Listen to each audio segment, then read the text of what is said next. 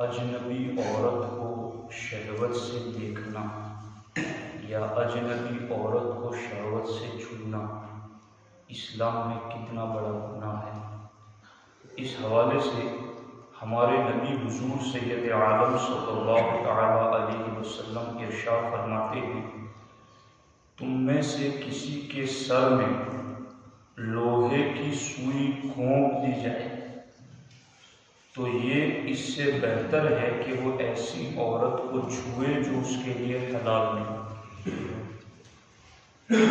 یعنی جو عورت مرد کے لیے حلال نہیں، ایسی عورت کو چھونا اس سے بہتر ہے کہ تمہارے سر میں لوہے کی سوئی گھونپ دی جائے۔ اور دوسری جگہ ہمارے نبی علیہ الصلوۃ والسلام نے ارشاد فرمایا، کسی شخص کو مٹی اور سیاہ بدبودار کیچڑ میں لت پت خنزیر روندے تو یہ اس کے لیے اس سے بہتر ہے کہ اس کے کندھے ایسی عورت کے کندھوں کے ساتھ ہوں جو اس کے لیے حلال نہیں۔ تو دو چیزیں اللہ کے رسول علیہ الصلوۃ والسلام نے بتائی کہ سر میں لوہے کی سوئی، لوہے کی کیل گھونپ دی جائے، یا پھر کالے بدبودار کیچڑ میں خنزیر لت پت ہو اور پھر وہ اس انسان کو جو لٹا کر اس پر روندے اپنے پاؤں سے، تو یہ دونوں چیزیں بہتر ہے اس سے کہ انسان مرد کا جسم کسی اجنبی عورت کے جسم سے چھو جائے شہوت کی وجہ سے۔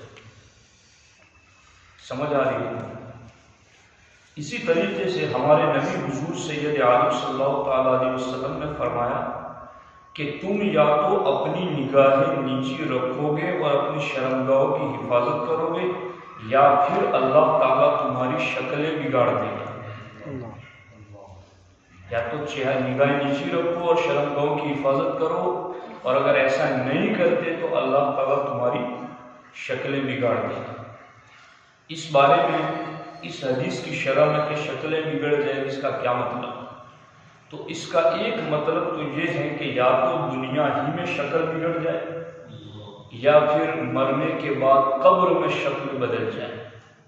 اور قبر میں شکل بدلے گی تو کس صورت میں؟ خنزیر یا بندر کی شکل میں بدل جائے گی، جو بد نگاہی کرتا ہو۔ اللہ کے رسول حضور سید عالم صلی اللہ تعالیٰ علیہ وسلم نے اسی لیے فرمایا، اے علی، بے شک ایک بار نظر پڑ جائے تو دوسری بار نہ دیکھ، کیونکہ تجھے پہلی نظر معاف ہے، دوسری معاف نہیں۔ یعنی اچانک پڑ جانے والی پہلی نگاہ معاف ہے، اور دوسری نظر پھر ڈالنا یہ جرم ہو جائے گا، یہ گناہ ہو جائے گا۔ اور اب یہ چیز جب آپ پڑھ چکے، اس کو سن چکے، تو اس پر غور کیجیے کہ بہت ساری برائیوں کی بنیاد، بلکہ میں نے حدیث پاک قرآن کی آیت کی تفسیر میں پڑھا ہے کہ جب بندہ بد نظری کرتا ہے تو دل کے اوپر گناہ کی کھڑکی نہیں، بہت بڑا گیٹ کھل جاتا ہے، دل کی طرف گناہ کا گیٹ کھل جاتا ہے، پھر اتنی تیزی سے گناہ دل میں اثر انداز ہونے لگتا ہے جب بندہ بد نگاہی کرتا ہے۔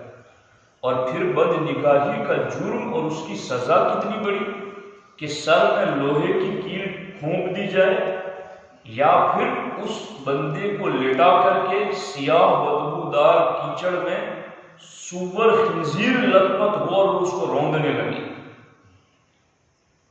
تو یہ بہتر ہے اس سے کہ اس کا جسم کسی اجنبی عورت کے جسم سے چھو جائے، اور پھر یہ کہ شکلیں بدل دی جائیں۔ تو اب جو مومن اللہ و رسول پر ایمان رکھتا ہے، جس کا ایمان ہے کہ اللہ اور اس کے رسول کی باتیں سچی ہیں اور جو کہا ہے وہ ہوگا، تو ضرور ان عذابات سے بچنے کے لیے اپنی نگاہوں کی حفاظت کرے گا، اور پھر نگاہوں کی حفاظت کرے گا تو زنا، بے حیائی، بد کرداری، بد عملی، ان ساری مصیبتوں سے بچے گا۔ آج نوجوان طبقے پر آپ نظر ڈالیں تو ایک بڑا طبقہ ایسا نظر آتا ہے جوانی ہی میں جوان نہیں ہے، اسی بد نگاہی کی وجہ سے، اسی بد نظری کی وجہ سے، اور پھر آگے اگر چھپ چھپا کے پھر رہا ہے، شادی سے منہ چرا رہا ہے، پھر شادی کر بھی دی تو آگے پھر گناہ کے دروازے جھک دیتے ہیں، تو یہ سارے بے شمار مفاسد اور برائیوں کے دروازے جو دل کی طرف کھل جاتے ہیں بد نگاہی کی وجہ سے، اور اللہ کے فضل سے اسلام نے بد نگاہی پر ہی روک لگائی ہے کہ یہی مت کرو ورنہ اتنا بڑا عذاب ہوگا۔ اسی طریقے سے اگر کوئی مسلمان اس عذاب اور اس وعید اور شدید کو سن کر کے اپنے آپ کو بچاتا ہے تو پھر اس کو انعام بھی ملتا ہے۔ کیا انعام ملتا ہے؟ ہمارے نبی علیہ السلام نے فرمایا کہ اللہ کا فرمان ہے کہ جس نے میرے خوف کی وجہ سے بد نگاہی کو چھوڑ دیا اس کے بدلے میں اسے ایسا ایمان عطا کروں گا جس کی مٹھاس وہ اپنے دل میں محسوس کرے گا۔ اور دوسری جگہ حدیث پاک میں ہمارے نبی علیہ السلام نے ارشاد فرمایا جس مسلمان کی کسی عورت کے حسن پر نظر پڑے پھر وہ اپنی نگاہیں جھکا لے تو اللہ تعالیٰ اسے ایسی عبادت کی توفیق عطا کرے گا جس کی مٹھاس وہ اپنے دل میں پائے گا۔ سمجھ آ رہی ہے کہ نہیں؟ اور اس کے اوپر جو حدیث ہے النظر سہم مسموم من سہام ابلیس، سرکار فرماتے ہیں کہ بد نظری شیطان کے زہر میں بجھائے ہوئے تیروں میں سے ایک تیر ہے۔ جب بد نگاہی کرتے ہیں تو شیطان کا تیر چل جاتا ہے دل پر، ٹھیک ہے، اور اس پر پھر دل پر اثر شروع ہو جاتا ہے۔ تو بد نگاہی کرنے سے بھی اثر دل پر ہوتا ہے اور بد نگاہی اللہ کے خوف سے چھوڑنے کی وجہ سے بھی اثر دل پر ہوتا ہے۔ بد نگاہی کرنے سے سیاہ اور کالا اثر پڑتا ہے اور اللہ کے خوف سے چھوڑ دینے کی وجہ سے نور ایمان والا اثر پڑتا ہے۔ اسی طریقے سے ہمارے آقا علیہ السلام نے ایک مقام پر فرمایا کہ قیامت کے دن ہر آنکھ رو رہی ہوگی سوا اس آنکھ کے کہ جو آنکھ اللہ کی حرام کردہ چیزوں کو دیکھنے سے باز رہی۔ اللہ نے جو حرام کیا تھا جن آنکھوں نے نہیں دیکھا وہ آنکھیں قیامت کے دن نہیں ہوئیں گی۔ اور ہمارے آقا علیہ السلام نے فرمایا 3 شخص ایسے ہیں جن کی آنکھیں جہنم کو نہیں دیکھیں گی، ان میں سے ایک وہ ہے کہ وہ آنکھیں جو اللہ کی حرام کردہ چیزوں سے باز رہی، اللہ نے جن چیزوں کو دیکھنا حرام کیا تو اس سے رکی رہی۔